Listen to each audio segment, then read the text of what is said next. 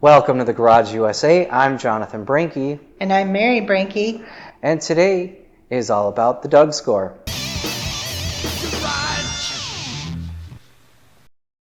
Thanks for joining us.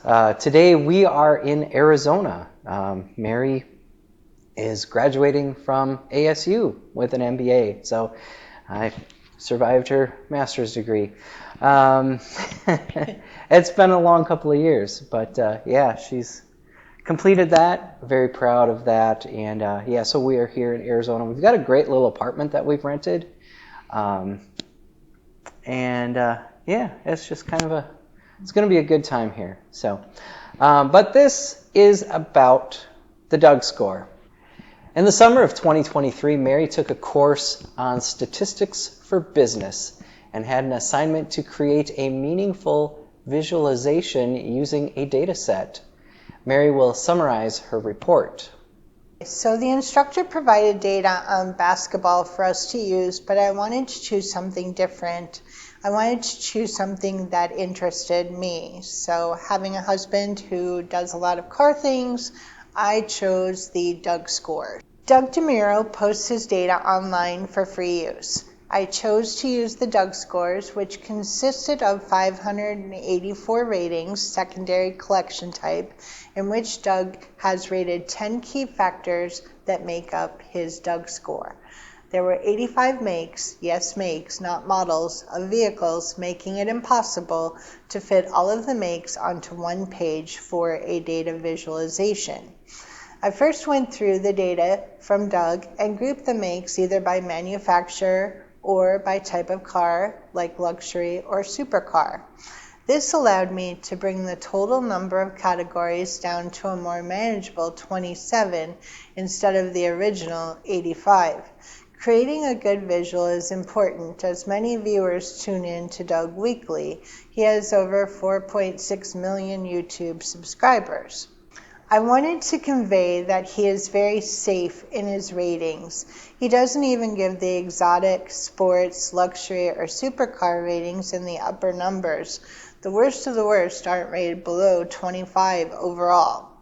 While his channel is entertaining and clearly Doug enjoys his niche, the data he provided appeared to be inconsequential and lacking of substance, something I didn't know before completing the analysis. I didn't set out to tell that narrative. However, once I started to run basic analytics of the data, I found a strong case for presenting that Doug is a safe reviewer.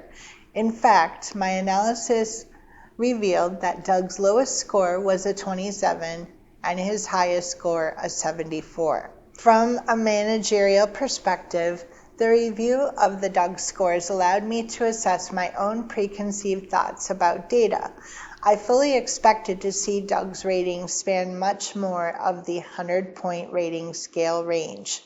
One thing I've learned and will take with me as I move through my career is the importance of making ethical visuals when presenting data and the importance of reviewing data through a critical lens. The exercise showed that a person could cut off the upper 20 points on the 100-point scale. However, it's important that the data reflect the full span, and so in my graph, I've allowed the white space to exist from 80 to 100 points to show how safe Doug is in his ratings. I'll continue to watch Doug's reviews with Jonathan, but with a mindset of entertainment rather than objective value. Okay, and so that was her report that she submitted. A lot of interesting information on that Doug score and breaking it down statistically. It was really cool to see that he is a safe reviewer. There's not those outliers that in some statistics and breakdowns, and when you do that, you would see some outliers, but really in a safe zone for that. It was really an interesting project to do, and came to conclusions that I didn't expect to come to. I really expected to find that Doug might be biased towards certain vehicles or certain types of vehicles, and honestly, the data was a little bit boring.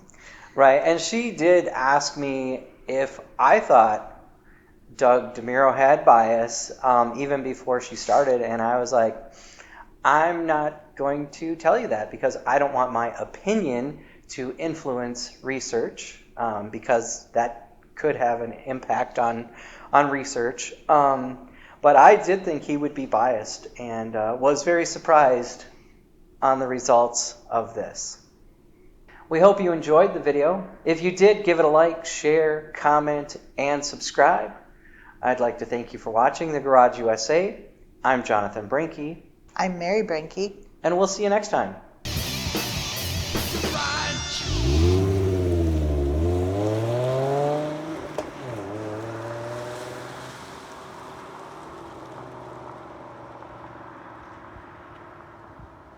And so in the summer of 2023, Mary took a course on statistics for business and had an assignment to create a meaningful Good.